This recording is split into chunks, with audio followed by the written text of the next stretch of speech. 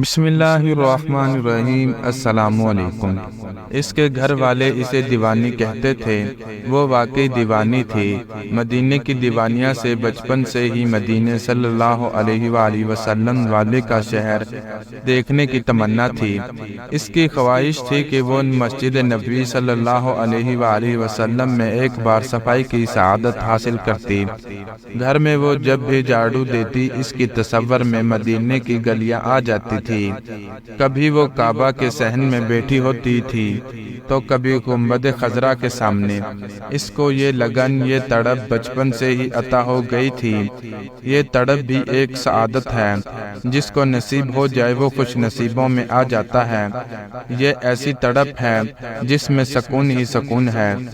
اسی لیے 6-7 سال کی عمر سے ہی اس نے اپنا جیب خرچ ایک ٹین میں جمع کرنا شروع کر دیا تھا۔ گھر والوں کی طرف سے اسے جو پیسہ ملتا وہ اسے ٹین میں ڈال دیتی۔ وہ ایک متوسط گھرانے سے تھی، اسی لیے جیب میں خرچ کچھ خاص نہیں ملتا تھا۔ نور نام تھا اس کا۔ نور کے گھر والوں کو 6 ماہ بعد پتہ چلا کہ وہ عمرے کے لیے پیسے جمع کر رہی ہے۔ اس نے یہ بات کسی کو نہیں بتائی تھی۔ ایک دن وہ اپنے جمع کیے پیسوں کو گن رہی تھی تو اس کی امی نے دیکھ لیا۔ بچی کے ہاتھ میں اتنے پیسے دیکھ کر وہ حیران رہ گئی۔ یہ پیسے کہاں سے لیے تم نے؟ نور کی والدہ نے اس کے ہاتھ سے پیسے چھینتے ہوئے سختی سے پوچھا۔ نور کو اپنی 6 ماہ کی محنت پہ پانی پھرتا نظر آیا۔ امی یہ مدینے کے ہیں، یہ نہ لیں آپ۔ نور نے اپنی والدہ سے التجا کی۔ مدینے کے ہیں؟ نور کی والدہ کو کچھ سمجھ نہ آیا۔ یہ کس نے دیے تمہیں؟ چوری تو نہیں کی؟ اس کی والدہ نے نور کے قریب بیٹھتے ہوئے اس سے بار بار ذرا نرمی سے پوچھا۔ نہیں امی، یہ میں نے جمع کیے ہیں، نور نے فخر سے کہا۔ اس کے لہجے میں اب خوشی جھلک رہی تھی۔ نور نے اپنی والدہ کو ساری بات سمجھا دی۔ ساری بات جان کر اس کی والدہ حیران رہ گئی۔ اسے فخر ہوا کہ میں نے نور جیسی بیٹی کو جنم دیا ہے۔ اتنی چھوٹی عمر میں اتنی تڑپ، اتنی لگن کے ملنے والے چند روپے بھی جمع کرنے شروع کر دیے۔ بچوں کو کھانے پینے کا لالچ ہوتا ہے، مگر اس کو مدینہ دیکھنے کا لالچ تھا۔ لالچ بری بلا ہے، مگر ایسا لالچ سعادت ہوتا ہے۔ نور کی والدہ نے اسے اپنے سینے سے لگایا اور دل سے دعا دی، بیٹی تیرے نصیب میں ہمیشہ مدینہ ہو۔ وقت گزرتا رہا۔ نور کی عمر کے ساتھ ساتھ اس کی جمع پونجی بھی بڑھتی رہی۔ بہت کچھ بدل گیا، مگر نور کا شوق نہ بدلا، اس کی تڑپ اور محبت نہ بدلی۔ اس کا آج بھی وہی معمول تھا۔ گھر سے جو بھی ملتا ٹین میں ڈال دیتی۔ اس کے گھر والے بھی کبھی کبھار اس ڈبے میں کچھ نہ کچھ ڈال دیتے تھے۔ نور کو منزل قریب آتی نظر آ رہی تھی۔ یہ 2005 کی بات ہے۔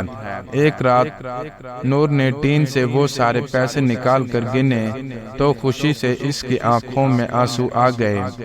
بے اختیار اس نے نوٹوں کو چوم لیا اور اللہ کا شکر ادا کیا۔ وہ اتنے ہو گئے تھے کہ نور آسانی سے عمرہ کر سکتی تھی۔ وہ خود کو مکہ مدینہ کی گلیوں میں چلتا پھرتا دیکھ رہی تھی۔ اس کی آنکھوں کے سامنے بیت اللہ اور سبز گنبد آنے لگے۔ اس نے اپنے ابو سے بات کی اور ان کو اس پر آمادہ کیا کہ کسی بھی طرح کچھ پیسے بچا کر وہ اس کے ساتھ عمرہ کرنے چلیں۔ اس کے والد نے نور سے وعدہ کیا کہ وہ 2-4 ماہ تک بندوبست کر لیں گے۔ نور کے لیے یہ 2-4 ماہ 2-4 صدیاں بن گئے۔ اس نے اپنا پاسپورٹ بنوا لیا تھا۔ 3 ماہ گزر گئے تھے۔ نور کے والد نے ساری تیاریاں مکمل کر لی تھی۔ عین ممکن تھا 15-20 دنوں تک باپ بیٹی عمرہ کے لیے روانہ ہو جاتے۔ مگر قسمت کو شاید یہ منظور نہ تھا۔ اللہ جل جلالہ نے غفلت میں سوئے ہوئے ہم خطا کار انسانوں کو جگانے کے لیے زمین کو ہلا دیا۔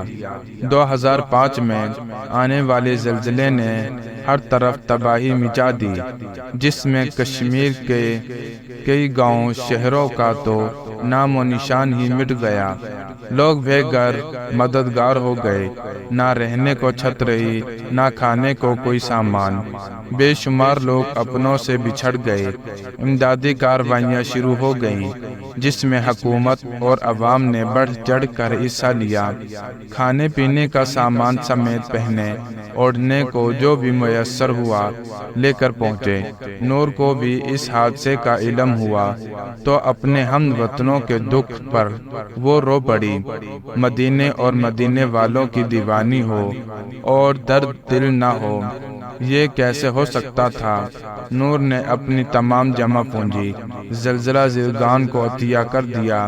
اس نے کہا تھا کہ اس وقت ان پیسوں کی میرے لوگوں کو زیادہ ضرورت ہے، عمرہ میں پھر بھی کر لوں گی۔ میرے ارد گرد لوگ بھوکے مر رہے ہیں اور میں عمرہ کرنے چلی جاؤں تو بروز قیامت کہیں مجھ سے مدینے والے صلی اللہ علیہ وآلہ وسلم نے یہ کہہ دیا کہ میری امت کھانے پینے کو ترس رہی تھی تو تم نے کیا کیا، تو میرے پاس کیا جواب ہوگا؟ ٹھیک 6 ماہ بعد نور کا رشتہ آ گیا۔ لڑکا سعودیہ میں اپنا بزنس کرتا تھا۔ چھان پھٹک کے بعد ہاں کر دی گئی۔ لڑکے والے 1 ماہ بعد نکاح مانگ رہے تھے۔ نور کے گھر والوں کی اگرچہ کوئی خاص تیاری نہیں تھی، مگر انہوں نے انکار نہیں کیا اور 1 ماہ بعد دن مقرر کر دیا۔ شادی ہو گئی۔ نور دلہن بن کر اپنے سسرال چلی گئی۔ شادی کے 15 دن بعد لڑکا واپس سعودیہ چلا گیا۔ اس نے نور سے کہا تھا کہو اسے جلد اپنے پاس بلا لے گا، اور وہ 2 ماہ بعد نور سعودیہ جانے کے لیے جہاز میں بیٹھی تھی۔ یہ پاکستان سے ڈائریکٹ مدینے کی فلائٹ تھی۔ نور کا شوہر مستقل مدینے میں ہی رہتا تھا، وہیں اس کا کاروبار تھا۔ ایئرپورٹ پہ نور کا شوہر اس کا انتظار کر رہا تھا۔ نور نم آنکھوں سے مدینے کی پاک زمین پر کھڑی سوچ رہی تھی کہ کہیں یہ خواب تو نہیں، وہ جو مدینے کو دیکھنے کی منتظر تھی، اسے مدینے کا مکین بنا دیا گیا۔ اپنی قسمت پر شک کرتی وہ گاڑی میں بیٹھی اور گھر جانے کے بجائے سیدھی مسجد نبوی صلی اللہ علیہ وآلہ وسلم میں گئی۔ مسجد نبوی صلی اللہ علیہ وآلہ وسلم پر نظر پڑتے ہی اس کی آنکھوں سے اشکوں کا سمندر بہہ نکلا۔ اس نے اپنے جوتے گاڑی میں ہی چھوڑ دیے اور گنبد خضرا کے سامنے جا پہنچی۔ نور کے اس وقت کیا جذبات تھے وہی سمجھ سکتی تھی۔ بس نماز اور شکرانے کے نفل پڑھ کر وہ گھر چلی گئی۔ اگلے ہی دن وہ اپنے شوہر کے ساتھ عمرہ کے لیے مکہ کی طرف رواں دوا تھی۔ پہاڑوں کو دیکھ کر وہ سوچ رہی تھی کہیں 1400 سال سے یہاں کھڑے ہیں اور کتنے خوش قسمت ہیں کہ انہوں نے میرے نبی صلی اللہ علیہ وآلہ وسلم کو دیکھا ہوگا۔ کعبہ پر نظر پڑتے ہی اس کے ایک بار وہی جذبات تھے۔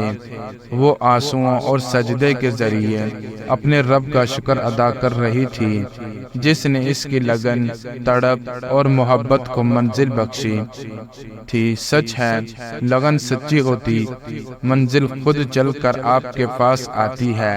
مدینے کو دیکھنے کی خواہش مند وہاں کی مکین بن گئی تھی۔ اسے یاد ہی نہیں تھا کہ اس نے کتنے عمرے کیے ہیں۔ اس کا ہر خواب پورا ہو گیا تھا۔ وہ دیوانی تھی اور مدینے کی پاک گلیاں۔ اسے ماں نے دعا دی تھی بیٹی تیرے نصیب میں ہمیشہ مدینہ ہو، اور وہ مدینے کی ہو کر رہ گئی تھی۔ عمرے کے لیے بچپن سے جوڑے گئے، پیسے مشکل وقت میں خلق خدا جل جلالہ کو دینے والی کو اللہ جل جلالہ کیسے مایوس کر سکتا تھا؟ بھلا اللہ پاک ہم سب کو ایسی لگن اور محبت نصیب فرمائے، بار بار اپنے اور اپنے پیارے حبیب صلی اللہ علیہ وآلہ وسلم کے دور کے حاضری نصیب کرے، آمین ثم آمین۔